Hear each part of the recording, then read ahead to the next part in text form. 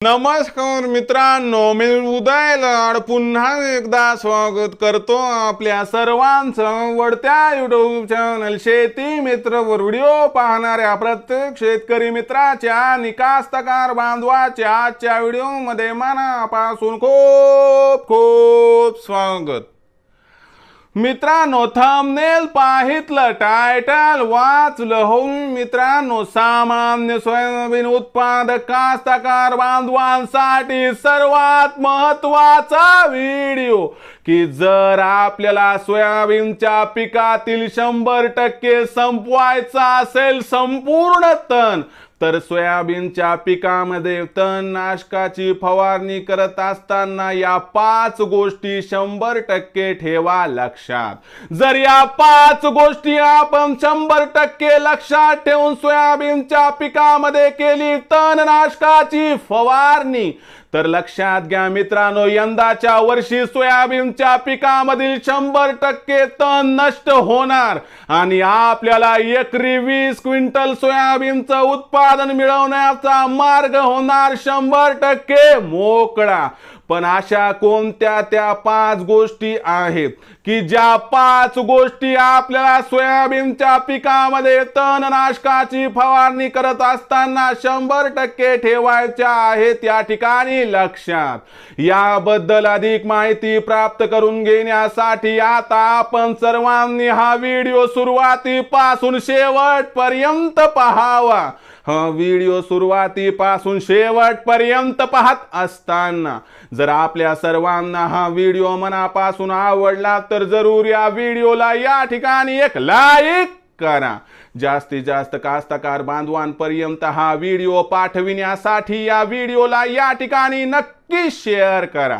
Share करण्यासाठी आपण personal WhatsApp number, WhatsApp group, Telegram group, Facebook, Instagram, Snapchat या social मीडियाच्या साधनांचा वापर करून जरूर या व्हिडिओची लिंक या ठिकाणी शेअर करा।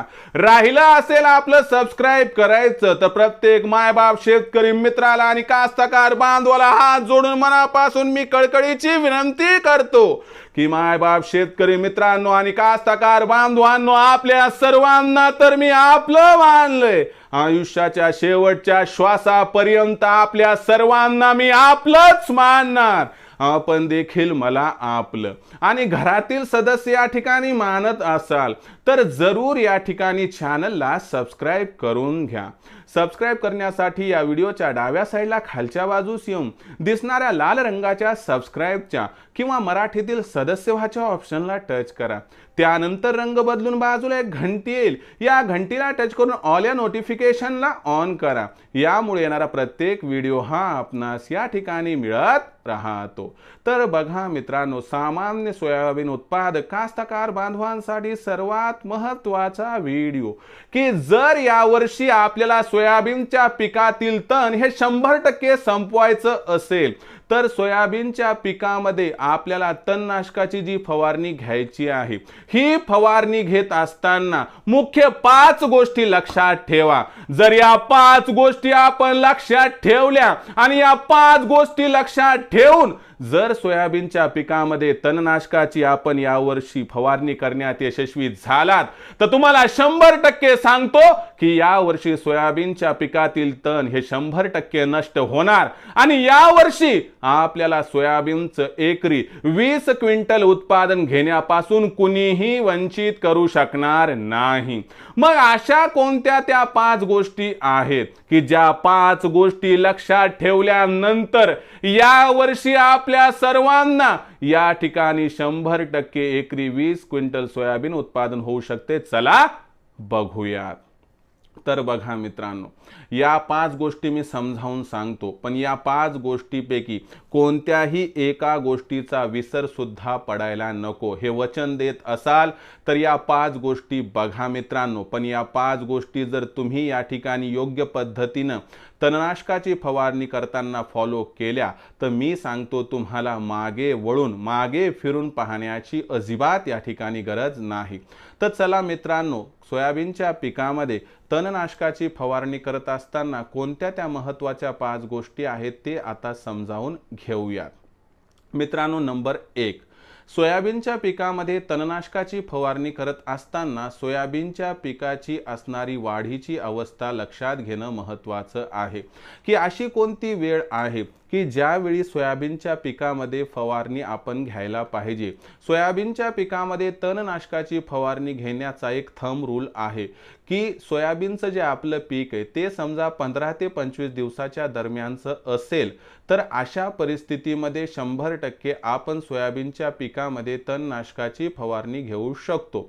म्हणजे उदाहरणार्थ आपण समजा या ठिकाणी 7 जूनच्या आसपास पेरणी केली तर तिथून 7+15 म्हणजे किती मित्रांनो, तर 22 तारीख येईल आणि 7+25 याचा जर विचार केला तर 32 म्हणजे 2 तारीख येईल।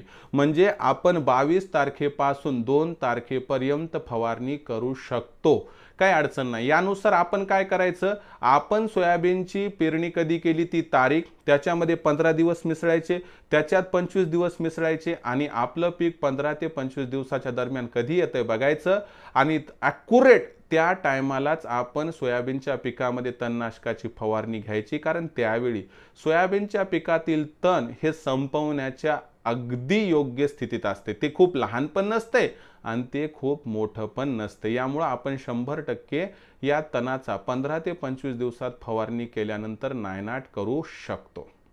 नंबर 2, सोयाबीनच्या पिकामध्ये फवारणी करत असताना कोणती फवारणी, तणनाशकाची। तणनाशकाची फवारणी करत असताना जमिनीतील ओल हा अत्यंत महत्त्वाचा घटक आहे। समजा आपण 15 ते 25 दिवसामध्ये जमिनीतील ओल पाहूनच तणनाशकाची फवारणी करणार, परंतु जमिनीमध्ये योग्य ओल असेल आणि 15 ते 25 दिवसांचा कालावधी असेल तर त्या परिस्थितीमध्ये आपण 100% सोयाबीनच्या पिकामध्ये तणनाशकाची फवारणी करण्यासाठी पात्र आहोत। परंतु अशी परिस्थिती येते कधी कधी की 15 ते 25 दिवसाच्या दरम्यान एकही पाऊस पडत नाही, जमिनीत योग्य ओल नसते, फवारणी तर त्याच पिरियडला करायला पाहिजे, मग करावं काय। अशा परिस्थितीमध्ये आपल्याकडे पाण्याची उपलब्धता असेल तर आपण स्प्रिंकलरचा एक शितोडा दिला आणि वरचा 2-3 इंचाचा पापुद्रा भिजवला आणि त्याच्यानंतर जर आपण या ठिकाणी फवारणी घेतली तर मला वाटते तणनाशकाची फवारणी आपली या ठिकाणी साधू शकते। बरं, हे पण आपल्याकडे नाही की 15 ते 25 दिवसात कडकच ऊन आहे, आपल्याकडे बोरवेलची सुविधा नाही, पाण्याची सुविधा नाही, मग काय करावं, मग काय करायचं, पहिले सोयाबीनच्या पिकामध्ये कोळपण घ्यायचं। कोळपण घेतल्यावर ते जे आहे तण ते उपटून वर येणार आणि त्याच्यानंतर फवारणी घ्यायची। याचा काय फायदा आहे की जमिनीमध्ये जी उरली सुरली ओळ आहे ती त्या ठिकाणी आपण मातीची बॉन्डिंग तोडल्यामुळे वर येईल आणि हवेच्या माध्यमातून ही ओल तणाला संपवण्यासाठी अत्यंत उपयुक्त ठरेल। मी सगळ्या प्रकारचे पर्याय तुम्हाला सांगितले। 15 ते 25 दिवसात ओल असेल तर बिनधास्त तणनाशकाची फवारणी करा, ओल नसेल तर पाण्याची उपलब्धता असेल तर वरचा भाग शितोडा रूपी पाण्याने भिजवा आणि एवढे करून समजा ओल अजिबातच नाही, पाण्याची सुविधा पण नाही, तर मग कोळपण करा आणि त्यानंतर फवारणी करून घ्या। त्यानंतर तिसरी महत्त्वाची गोष्ट, सोयाबीनमध्ये तणनाशकाची फवारणी करत असताना एक चूक कास्तकार बांधव नेहमी करतो। तो काय करतो, आपल्या बाजूला खड्डा असतो जिथं पाणी साचलेलं असते त्याच खड्ड्यातलं पाणी घेतो आणि तुम्हाला सांगतो अशुद्ध पाणी, अस्वच्छ पाणी असल्यानंतर तणनाशकाची फवारणी घ्या नाही तर कीटकनाशकाची, जो रिझल्ट तुम्हाला मिळायला पाहिजे तो मिळत नाही। म्हणून तुम्हाला एवढंच सांगू इच्छितो मित्रांनो की ज्यावेळेस तुम्ही तणनाशकाची फवारणी घेत आहात थोडा त्रास होऊ द्या, थोडं क्षेत्र कमी राहू द्या, पण बोरवेलचं पाणी आणा नाही तर विहिरीचं पाणी आणा। आता तुम्ही म्हणताल उद्या लाईटच नाही तर आदल्या दिवशी टाकी भरून ठेवा आणि त्या टाकीतलं पाणी घ्या मित्रांनो आणि साफ स्वच्छ पाणी वापरा। कारण कसं आहे मित्रांनो, तणनाशकाचं औषध महागड आहे, सगळं महाग आहे, मग आपला हलगर्जीपणा का बरं। आणि तुम्हाला सांगतो अस्वच्छ पाण्यानं आणि साफ नसणाऱ्या पाण्यानं फायदा काय होईल न होईल माहीत नाही, पण नुकसान अजिबात होत नाही। गढूळ पाण्यानं नुकसान 100% होण्याची शक्यता आहे। मला काय सांगायचं तुम्हाला, मला वाटते कळालं असेल। त्यानंतर या ठिकाणी आपण चौथा मुद्दा बघणार की या ठिकाणी प्रमाण बघा मित्रांनो, काय होते की कधी कधी आपण मनाचेच डॉक्टर बनतो आणि तणनाशकाचा वापर आपल्या मनानं आपण कॉम्बिनेशन तयार करतो। पण आता तुम्ही जर बघितलं तर या ठिकाणी मार्केटमध्ये जे काही तणनाशक आहे त्यांचं एक रेकमेंडेड प्रमाण असते, प्रत्येकाचं वेगळं वेगळं असते। आता या ठिकाणी आपण जर समजा एक्झाम्पली साकेतचं उदाहरण घेतलं, आता साकेत 3 प्रकारचं मार्केटमध्ये, एका एकराचं 800 ml आहे, 2.5 एकराचं त्या ठिकाणी 2 लिटर आहे आणि आपण जर बघितलं तर 5 एकराचं जर आहे ते मित्रांनो 4 लिटर आहे। मग या ठिकाणी आपण कॉम्बिनेशन तयार करा ना, एकराचं दिले एकरालाच वापरा, 2.5 एकराचं दिले 2.5 एकरालाच वापरा, 5 एकराचं 5 एकराला वापरा. मला काय म्हणायचंय की एका एकराचं औषध तुम्ही 2 एकराला वापरू नका आणि 2 एकराचं औषध तुम्ही 1.5 एकराला वापरू नका. म्हणजे माझं सांगण्याचा उद्देश काय की बाबा जसं सांगितलंय तसं करा. मनाचं हुशार पण इथं नको, शहाणपण म्हणल्यावर तुम्हाला रागेल, पण मनाचं हुशार पण इथं नको. आणि कंपनीनं कसं राहते, प्रयोग केलेला राहते, अभ्यास केलेला राहते, रिसर्च केलेला राहते, कशाला त्यांच्या हाताबाहेर आपण गोष्टी जाऊ द्यायच्या. म्हणून ओडिसी वापरायले का, जे प्रमाण दिले ना, 1 एकराचं एकराला 40 ग्राम आहे, त्यानंतर 2.5 एकराचं 100 ग्रॅम आहे, आणि त्यानंतर तुम्ही जवळ 5 एकराचं 200 ग्रॅम. मग जसं दिले तसं वापरा. आणि साकेतचं जसं प्रमाणे आता सांगितलं 800 ml 2 litre 4 litre, 1 acre 2.5 acre 5 acre. माझं सांगण्याचं मत काय, उद्देश काय की आपण मनाचा विचार टाळा आणि आपण काय करा, 1 एकराला 2.5 एकराचं 2.5 एकराला आणि 5 एकराचं 5 एकराला. मी काय म्हणतो, 1 तासभर सुद्धा कमी नग आणि 1 तासभर सुद्धा जास्त नग, आणि विषयाची परीक्षा नको, बघू काय होतंय ते, तसं नको. तुम्हाला सांगतो याच चुका आपण करतो आणि म्हणून कुठंतरी उत्पादनात घट होत असते. आणि 5वं आणि शेवटचं महत्त्वाचं टॉपिक लक्षात घ्या, ज्यावेळेस आपण तणनाशकाची फवारणी करतो त्यावेळेस तणनाशक संपवणं हा उद्देश असतो, पण गव्हासोबत किडे रगडले जातात असं आपण म्हणतो.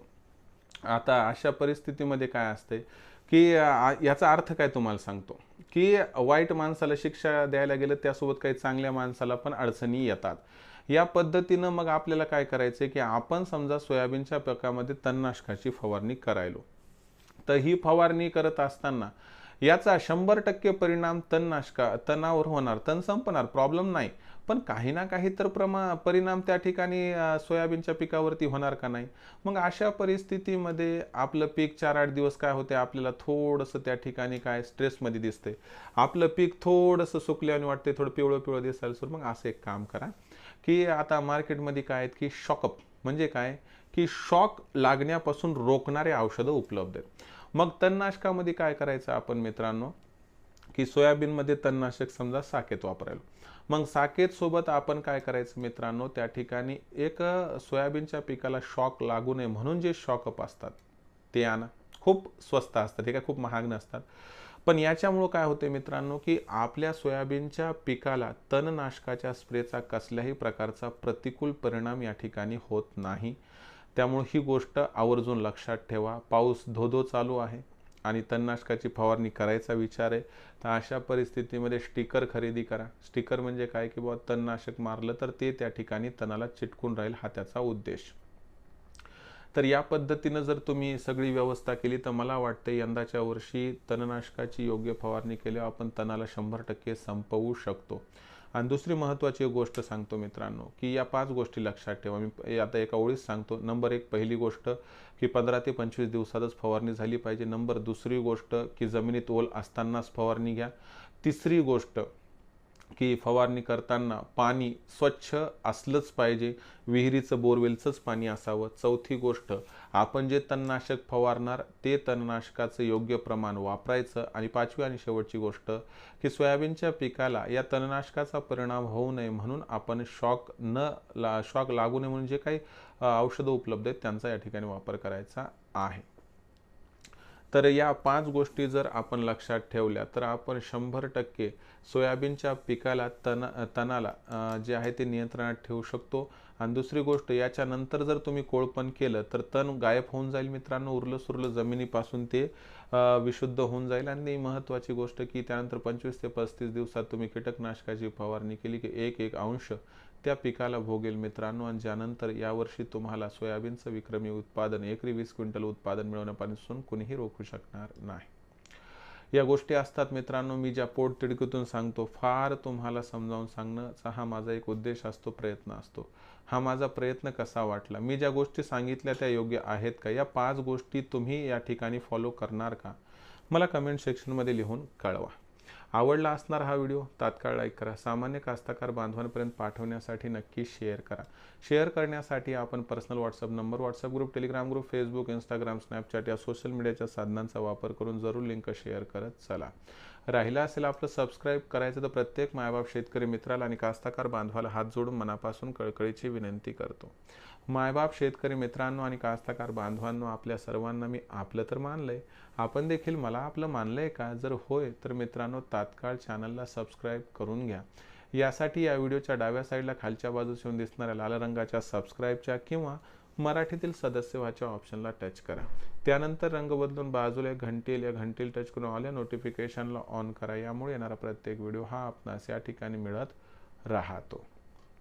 तर मित्रांनो, अशाच एका नवीन व्हिडिओसह मी आपला मित्र उदय लाड आपल्या सर्वांच्या आवडत्या यूट्यूब चॅनल शेती मित्रावर मिळत राहील. तोपर्यंत माझ्या प्रत्येक शेतकरी मित्राचे आणि कास्तकार बांधवाचे आजच्या व्हिडिओमध्ये मनापासून पुन्हा एकदा खूप खूप आभार.